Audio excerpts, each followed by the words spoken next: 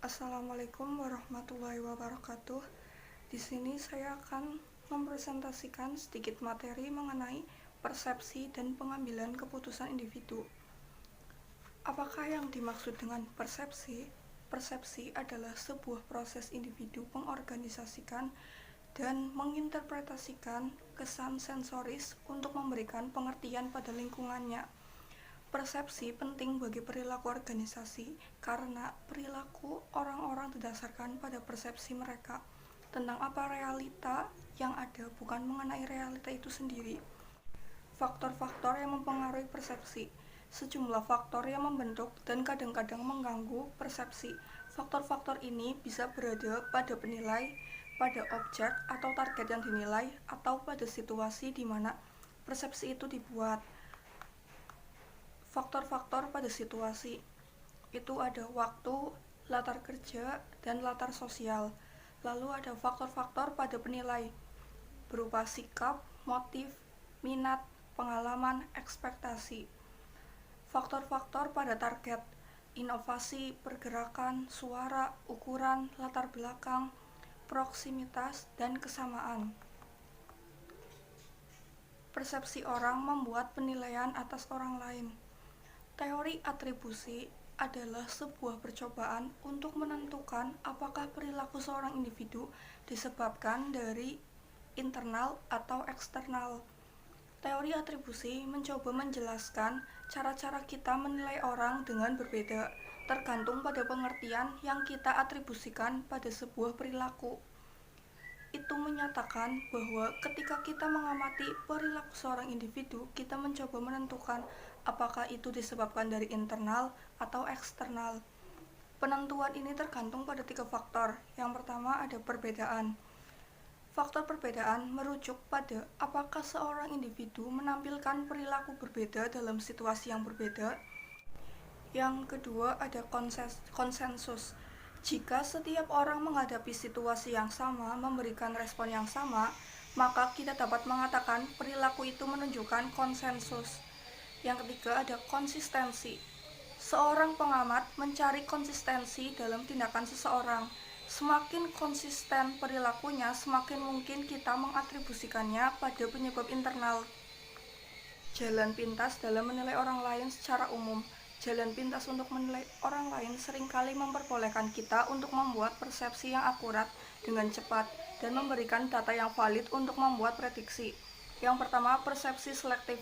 Suatu kecenderungan untuk secara selektif menginterpretasikan apa yang seseorang lihat dalam basis minat, latar belakang, pengalaman, dan sikap seseorang. Yang kedua ada efek halo. Ketika kita menggambarkan sebuah kesan mengenai seorang individu berdasarkan sebuah karakteristik tunggal seperti kecerdasan, kemampuan bersosialisasi, atau penampilan, sebuah efek halo itu sedang bekerja. Yang ketiga ada efek kontras. Evaluasi atas karakteristik seseorang yang dipengaruhi oleh pertandingan dengan orang lain yang baru muncul, yang berperingkat lebih tinggi atau rendah dalam karakteristik yang sama. Stereotip. Ketika kita menilai seseorang berdasarkan persepsi kita atas kelompok asalnya, kita sedang melakukan stereotip. Aplikasi spesifik dari jalan pintas dalam organisasi. Yang pertama ada wawancara kerja. Sedikit orang direkrut tanpa wawancara. Namun, pewawancara membuat penilaian perseptual yang seringkali tidak akurat dan menggambarkan kesan awal yang dengan cepat mengakar. Riset menunjukkan kita membentuk kesan atas orang lain dalam 10 detik berdasarkan pandangan pertama. Ekspektasi kinerja. Orang-orang mencoba untuk memvalidasi persepsi mereka mengenai realita, bahkan ketika hal-hal ini salah. Misalnya, seorang manajer mengharapkan hanya kinerja yang minimal. Mereka akan mungkin memenuhi ekspektasi rendah tersebut, dan ekspektasi akan menjadi realita. Evaluasi kinerja. Masa depan seorang pekerja sangat terikat dalam penilaian tanda kutip promosi. Kenaikan gaji dan kelanjutan pekerjaan adalah beberapa hasilnya. Pengambilan keputusan dalam organisasi. Yang pertama ada pengambilan keputusan rasional. Rasional dikarakteristikan dengan mengambil pilihan yang konsisten, memaksimalkan nilai dalam batas-batas yang spesifik. Model pengambilan keputusan rasional ialah sebuah model pengambilan keputusan yang menjelaskan bagaimana seorang individu seharusnya berperilaku untuk memaksimalkan hasil. Rasionalitas terbatas, sebuah proses pengambilan keputusan dengan membangun model yang disederhanakan yang mengeluarkan fitur-fitur esensial dari masalah tanpa menangkap semua kompleksitasnya. Intuisi yaitu sebuah proses tanpa sadar yang diciptakan dari pengalaman yang diperoleh. Bias dan kesalahan umum dalam pengambilan keputusan. Berikut ini bias-bias paling umum dalam pengambilan keputusan. Yang pertama, bias terlalu percaya diri. Riset terkini terus menyimpulkan bahwa kita cenderung terlalu percaya diri dengan kemampuan kita dan kemampuan orang lain. Yang kedua, bias jangkar adalah kecenderungan untuk bertahan pada informasi awal dan gagal menyesuaikan dengan informasi selanjutnya secara adekuat. Yang ketiga, bias konfirmasi, kecenderungan untuk mencari informasi yang membenarkan pilihan-pilihan masa lampau dan untuk mengurangi informasi yang menentang penilaian masa lampau. Kita mencari informasi yang membenarkan pilihan masa lalu kita, dan kita mengurangi informasi yang berlawanan dengannya. Bias ketersediaan, kecenderungan orang untuk mendasarkan penilaian pada informasi yang siap tersedia bagi mereka. Eskalasi komitmen, merujuk pada bertahannya kita dengan suatu keputusan sekalipun ada bukti yang jelas bahwa itu salah. Kesalahan acak, kecenderungan kita untuk percaya bahwa kita mampu memprediksi hasil dari peristiwa yang acak. Aversi risiko, suatu kecenderungan untuk lebih memilih hasil yang pasti dari jumlah yang menengah daripada hasil yang lebih beresiko, bahkan sekalipun hasil yang lebih beresiko itu memiliki ekspektasi yang lebih tinggi. Bias retrospeksi adalah kecenderungan untuk salah dalam mempercayai sesudah hasil dari suatu peristiwa sebenarnya diketahui bahwa seseorang tadinya akan dapat memprediksinya secara akurat. Perbedaan individu dan batasan organisasi. Yang pertama ada perbedaan individu seperti kepribadian, jenis kelamin, kemampuan mental, dan perbedaan budaya. Sedangkan batasan organisasi berupa evaluasi kinerja, sistem imbalan, peraturan baku, batasan waktu akibat sistem, dan contoh historis. 3. Kriteria keputusan etis. Ukuran etis yang pertama adalah utilitarianisme, yang mengusulkan pengambilan keputusan hanya berdasarkan kejuaraan, idealnya untuk memberikan yang lebih baik dalam jumlah yang paling besar.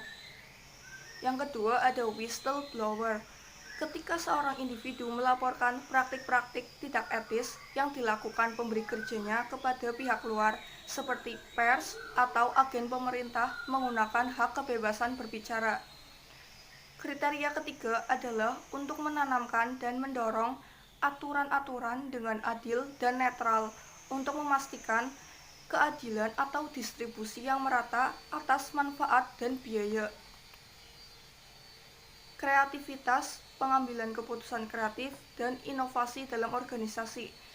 Seorang pengambil keputusan juga membutuhkan kreativitas, yaitu kemampuan untuk menghasilkan ide-ide inovatif dan berguna. Perilaku kreatif. Perilaku kreatif terjadi dalam 4 langkah. Yang pertama, formulasi masalah. Tahapan perilaku kreatif yang melibatkan identifikasi masalah atau peluang yang membutuhkan sebuah solusi yang belum diketahui. Yang kedua, pengumpulan informasi. Tahapan perilaku kreatif ketika solusi-solusi yang mungkin atas masalah diinkubasikan dalam pikiran individu. Yang ketiga, pemunculan ide. Proses perilaku kreatif yang melibatkan pengembangan solusi-solusi yang mungkin atas sebuah masalah dari informasi dan pengetahuan yang relevan. Yang keempat, evaluasi ide. Proses perilaku kreatif di mana kita mengevaluasi solusi-solusi potensial untuk mengidentifikasi yang terbaik. Penyebab perilaku kreatif. Yang pertama, potensi kreatif. Kebanyakan orang memiliki beberapa karakteristik yang merupakan bagian dari orang-orang yang luar biasa kreatif. Semakin banyak karakteristik ini kita miliki, semakin tinggi potensi kreatif kita. Lingkungan kreatif. Kita perlu berada dalam lingkungan di mana potensi kreatif dapat direalisasikan. Faktor lingkungan yang mempengaruhi potensi kreatif agar dapat ditranslasikan dalam perilaku kreatif, diantaranya motivasi, budaya, dan kepemimpinan. Keluaran dari kreatif, tanda kutip, inovasi. Tahapan akhir dari kreativitas adalah hasil. Perilaku kreatif tidak selalu menghasilkan sesuatu yang kreatif atau inovatif. Kita dapat mengidentifikasikan keluaran dari kreatif sebagai ide-ide atau solusi-solusi yang dinilai baru dan berguna untuk pemangku kepentingan yang relevan. Sebuah organisasi bisa menuai banyak ide kreatif dari para pekerjanya dan menyebut dirinya inovatif. Meskipun demikian, seperti yang baru-baru ini dinyatakan seorang ahli, ide-ide tidak berguna jika tidak digunakan.